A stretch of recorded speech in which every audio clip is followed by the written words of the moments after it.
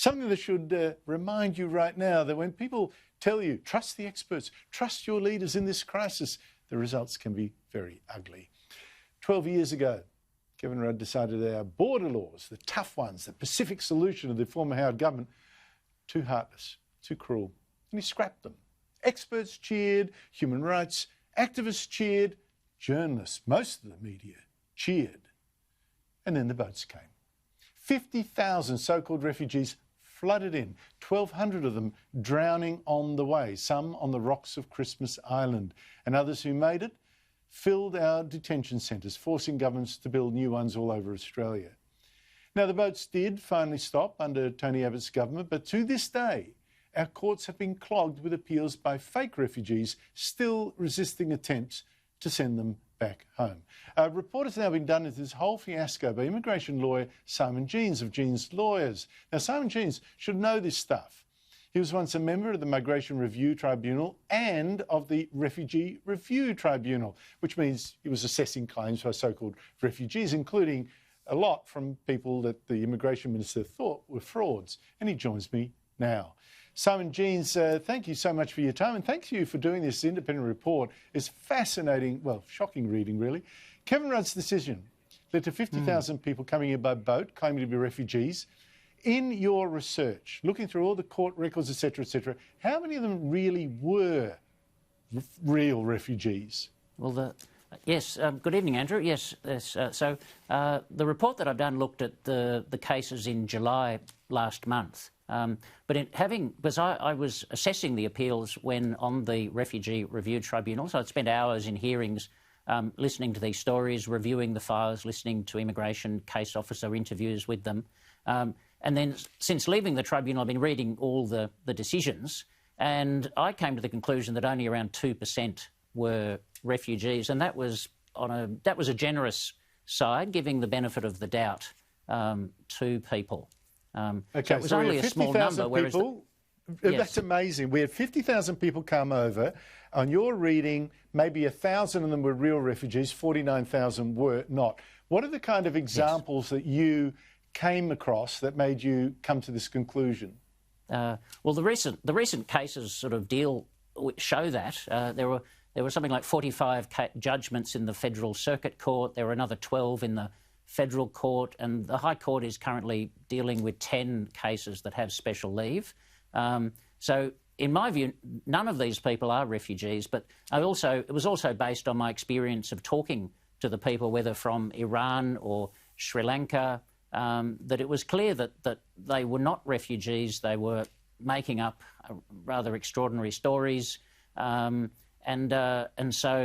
So yes. So there's quite a lot of examples I can give you from that time, but the more recent time was in July, and these are all published on the internet, so anyone can read them.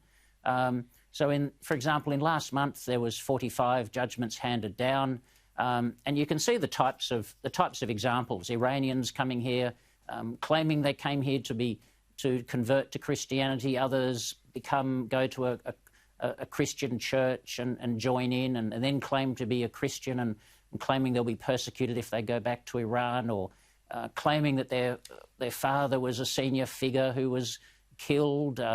There's so many fabricated stories. There's one of the most popular stories for Iranians, who were the largest group by far from all the people who came by boat in that period. What they claim to be a member of a persecuted minority.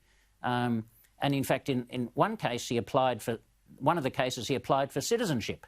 And the Immigration Department said, well, you can't establish your identity. We think you're an Iranian citizen. You're not stateless because you've been back to Iran twice in the last few years. But the person claimed that he'd gone back, he'd crossed the border 4 times, across the desert, across a heavily guarded border between Iran and Iraq. And in fact, he won his case in the tribunal. Deputy President Constance said he had established his identity sufficiently to be granted citizenship. Mate, the list goes on. I mean, we've got people from Sri Lanka. I don't think we should be accepting any refugees from Sri Lanka now that the civil war's long past. Iran, we can't send them back because the government refuses to take anyone back who doesn't want to go back. So Yes. that's a no-go. You've detailed in this a lot of people from Pakistan claiming, in fact, to be from Afghanistan and who can check, you know. It's just quite extraordinary. How much has all this debacle cost us? Well, so far, last year, Minister Dutton said it was around up to about $16 billion. You could probably add another billion to that. The Refugee Council recently gave a figure of $7.6 billion, that's $1 billion, just for the offshore detention centres. The cost is then you've got the ongoing costs of the court appeals, administration. So what I found is that this has been continuing since about March 2015 on a consistent basis. So every month since March 2015, there have been about the same number of cases involving the migrant boat arrivals. And on the current figures, it's going to last well into 2026.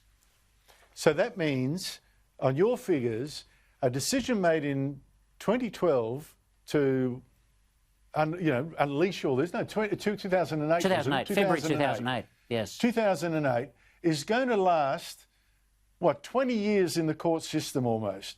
That is yes. how long we're going to have to deal with the consequences. Yes, that's in the court system. And you'll find that it'll actually go longer than that, probably to about 2030, because eventually there's lots of people on temporary visas. There's all these thousands of Iranians who've been rejected as refugees and refused to go home. There's other people who are on temporary visas. What a joke. That's going to continue well into, I'd predict, based on my experience, of at least 2030. And taxpayers will be funding this High Court clog-up, and anyone wanting justice for other matters will have to wait in the queue thanks to this lineup of cases. Simon Jeans, thank you so much indeed for your time. I'll stick a reference to your study on my blog. Thank you so much.